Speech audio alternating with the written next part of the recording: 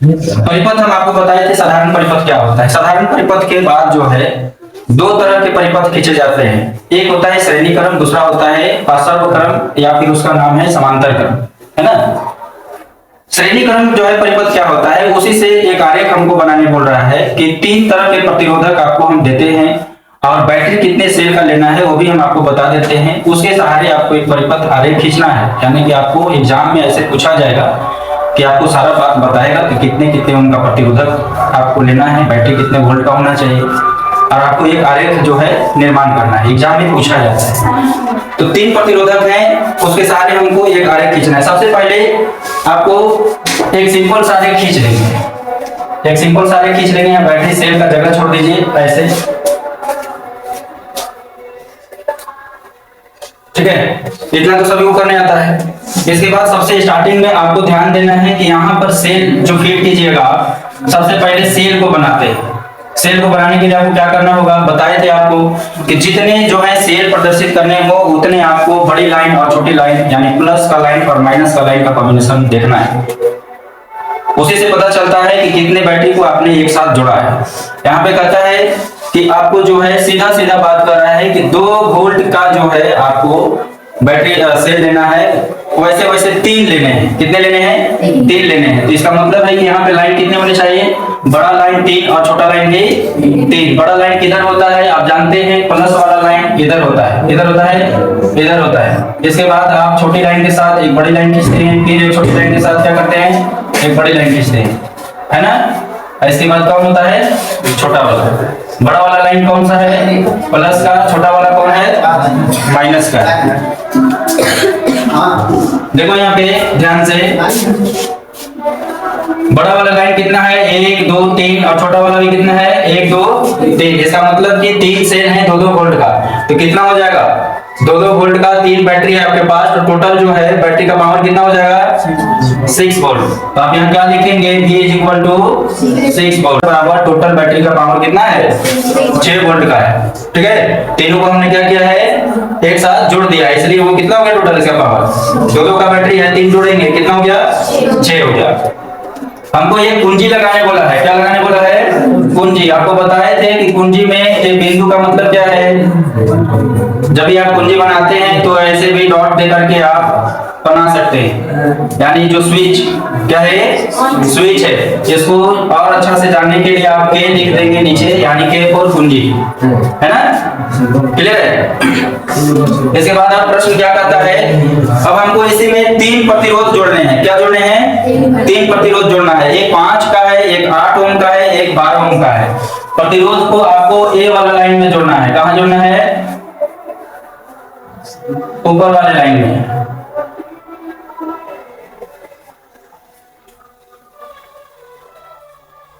थोड़ा सा इधर उधर हो गया है, आप बनाइएगा तो सेंटर में बनाइएगा। नामकरण कर देते हैं, पहले प्रतिरोधक का R1, दूसरे का R2, तीसरे का R3। कितना कितने ओम का है, सॉरी इसको नीचे लिख देते हैं, अच्छा रहेगा। इसको R1, इसको R2, इसको R3। एक है 5 ओम का, बोलते जाइए तो आप लोग। दूसरा है 8 ओम का, है ना, क्वेश्चन किसी के पास बुक नहीं है। और तीसरा कितना है, 12 ओम का। सवाल हमसे बस इतना ही पूछा था कि आपको एक आरेख खींचना है जिसमें आपको 3 प्रतिरोधक यूज करने हैं। पहला प्रतिरोधक का मान जो था वो 5 ओम का था, दूसरा 8 ओम, तीसरा कितना है, 12 ओम। आपको इससे पहले एक जानकारी दे देते हैं कि भाई जब भी हम श्रेणी क्रम को में प्रतिरोधकों को जोड़ते हैं तो एक ही तार के ऊपर सभी को फीड करना होता है। श्रेणी क्रम का मतलब लगातार, श्रेणी क्रम का मतलब लगातार। इसका मतलब है कि हमें जितने भी प्रतिरोध के बारे में बोला जाए, चाहे वह 2 हो, 3 हो, 4 हो, सभी को एक तार के ऊपर जो है आपको दिखाना होगा। कहाँ दिखाना होगा, एक तार के ऊपर दिखाना होगा। इसका मतलब है देखिए ये वाला तार ऊपर वाला तार में एक साथ लगातार तीनों को जोड़ा गया है ना, तो यह श्रेणी क्रम हो गया। कैसा क्रम हो गया, श्रेणी क्रम हो गया। अभी पासर का एक प्रश्न आएगा तो उसमें समझेंगे। पासर के बारे में बता देते थोड़ा सा कि पासर में क्या होता है कि जो प्रतिरोधक होते हैं वो एक ही तार पे नहीं हो सकते हैं, उनके लिए अलग अलग जो है वायर होना चाहिए, अलग अलग तार होनी चाहिए। अब सभी तारों पर जो है अलग अलग उनको फिट किया जाता है। जैसे R1 के लिए एक अलग तार होता है, R2 के लिए अलग तार होता है, R3 के लिए अलग तार होता है, ऐसे करके फिट किया जाता है। क्लियर है। तो आरेख बनाने के लिए भी जो है ना आपको श्रेणी क्रम अपसरण क्रम को समझना बहुत जरूरी है। अभी हमसे श्रेणी क्रम में एक आरेख खींचने बोला था जिसमें 2 वोल्ट का सेल दिया था, तो तीनों को जोड़ दिए। आपको दिखलाना था कि कितने कितने यहाँ पे लाइन होंगे, प्लस माइनस का कॉम्बिनेशन एकदम याद रखना है।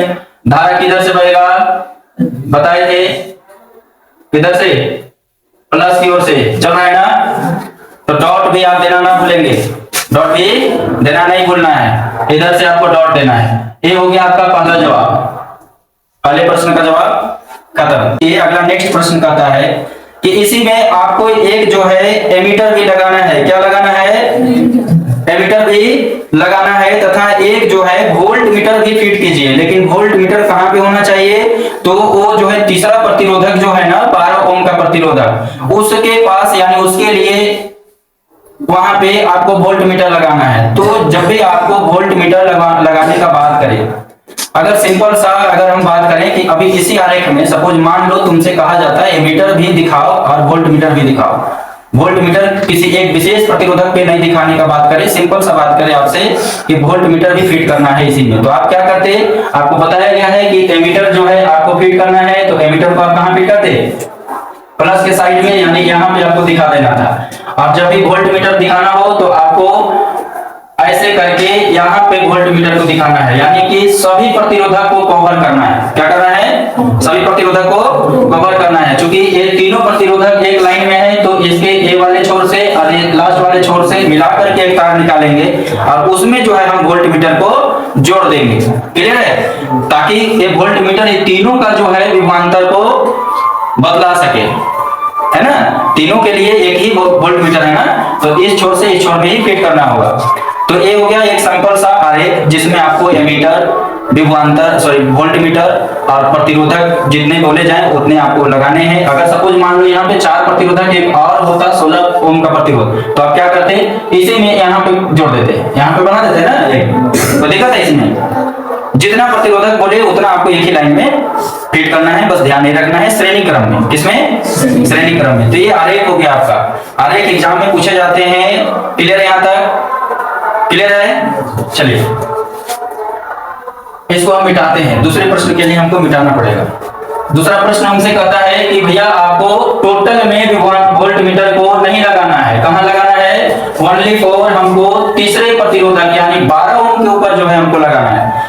तो आपको बता दें कि जब भी वोल्ट मीटर लगता है तो उसके लिए हमको अलग से तार के ऊपर उसको फिट किया जाता है। ऐसा नहीं हो सकता है कि 12 ओम को लगाना है तो यहाँ पे मिटा के भी लिख दोगे, वोल्ट मीटर यहाँ फिट कर दोगे, तो एक रॉन्ग हो जाएगा। क्या होगा, रॉन्ग हो जाएगा। अगर विशेष प्रश्न के लिए कर रहा है, जैसे अगर यहाँ पे तीसरे प्रतिरोधक पे लगाना है तो आपको क्या करना होगा, एक तार यहाँ से यानी इस वाले छोर से निकालना होगा, एक तार इस वाले छोर से निकालना होगा, और यहाँ पे आपको जो है वोल्ट मीटर लगेगा। कहाँ लगेगा, यहाँ पे वोल्ट मीटर लगेगा। क्लियर है, समझ में आ गई बात।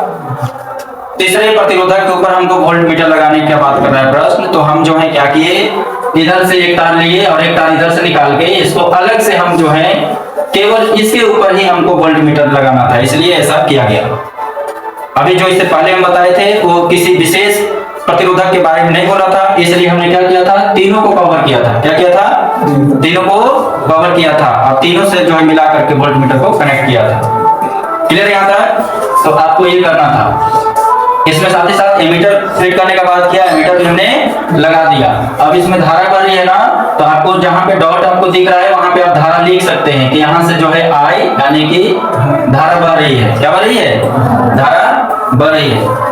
अब यहाँ से प्रश्न चालू होता है। क्या प्रश्न है भाई हमारा, अब जो कहता है कि आपने जो एमीटर फिट किया है और वोल्ट मीटर फिट किया है, इसकी जो है पाठ्यांक का मतलब है इस पर क्या आप चेंजेस देख रहे हैं, या फिर कहने का मतलब है ऐसे समझ सकते हैं कि इसका काम जो है वो बदलाइए और V का काम जो है वो बदलाइए कि इसमें क्या नाप पा रहा है, कितनी धारा जो है मीटर बदला पा रही है और कितना वोल्टेज जो है विभवांतर यानी वोल्ट मीटर बदला रहा है, तो उसको हमको निकाल के दिखाना है। तो वो कैसे निकलेगा, तो सॉल्यूशन करने से निकलेगा। चलिए देखते हैं इसमें।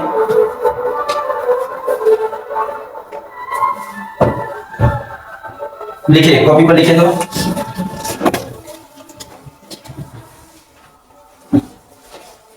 लिखेंगे बैटरी का कुल विभवांतर यानी V इज इक्वल टू, क्या लिखेंगे, बैटरी का कुल विभवांतर यानी B इज इक्वल टू, यहां से लिखते चलेगा, मेहंदी नहीं लिख रहे हैं, आपको बोलते चल रहे हैं, यानी कि टोटल विभवांतर बराबर क्या है, दो सेल का एक एक बैटरी था 3, तो 3 से गुना करोगे कितना हो जाएगा 6 वोल्ट। ऐसे बैटरी का प्रतिरोध,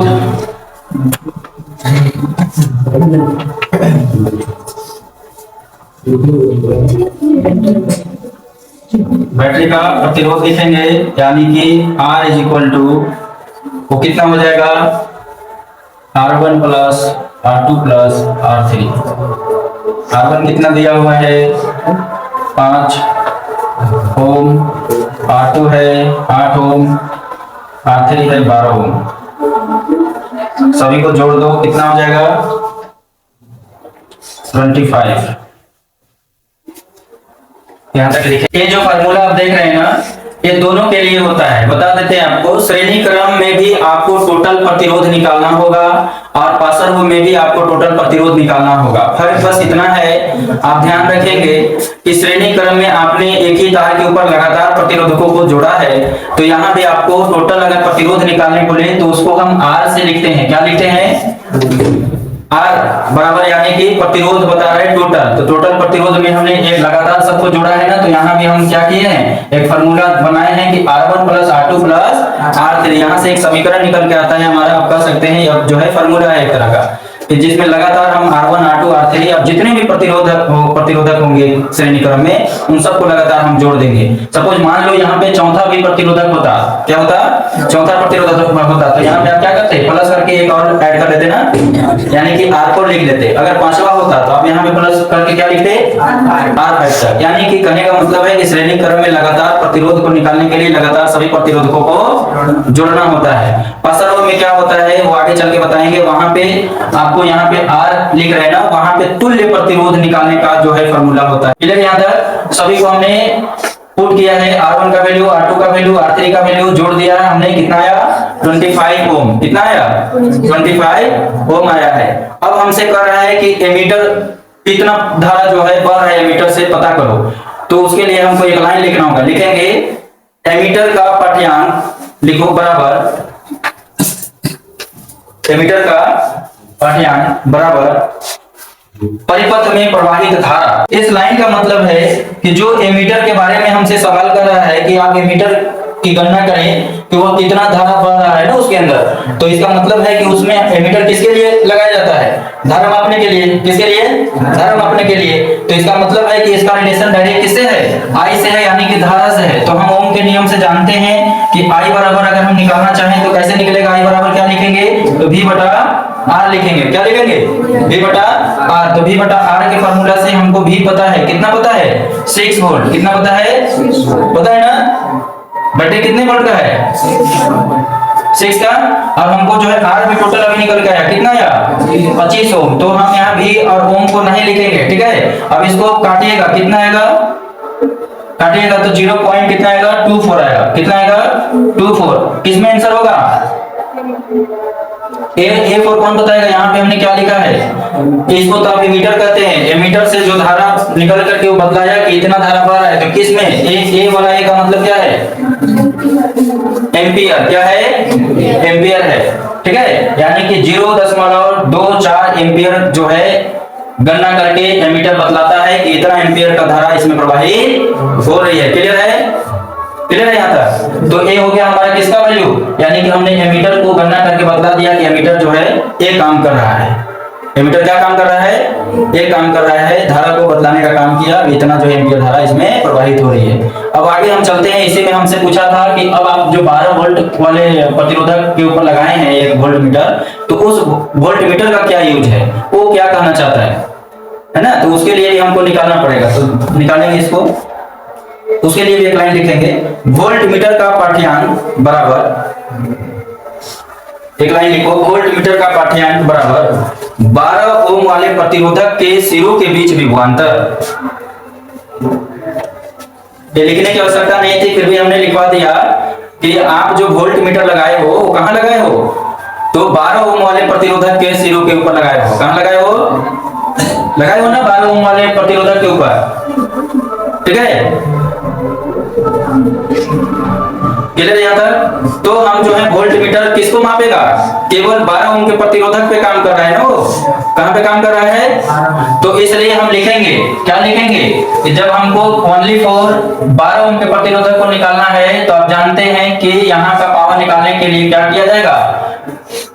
I गुना R3, यानी कि टोटल जो धारा अभी आपने निकाला है ना, उसमें आपको R3 को गुना कर दोगे तो पता चल जाएगा कि वोल्ट मीटर का कितना यहाँ पे पावर है। ठीक है, वोल्ट मीटर यानी विभवांतर यहाँ कितना हो रहा है वो बतला देगा।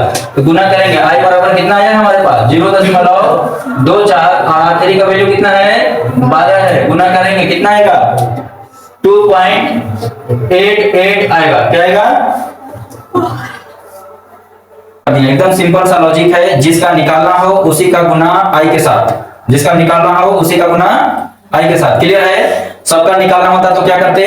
इस सबका प्रतिरोधक यानी सबको जोड़ के कितना आया था 25 आया था ना प्रतिरोध R इज इक्वल टू, तो उस सबको हम किसमें जोड़ गुना कर देते? आई के साथ गुना कर देते तो हमको सबका निकल जाता। लेकिन अभी हमारा प्रश्न था कि ओनली फॉर आपको जो है 12 ओम वाले प्रतिरोधक का निकालना है, तो 12 ओम वाले का निकाल दिए, 12 से गुना कर दिए आई में।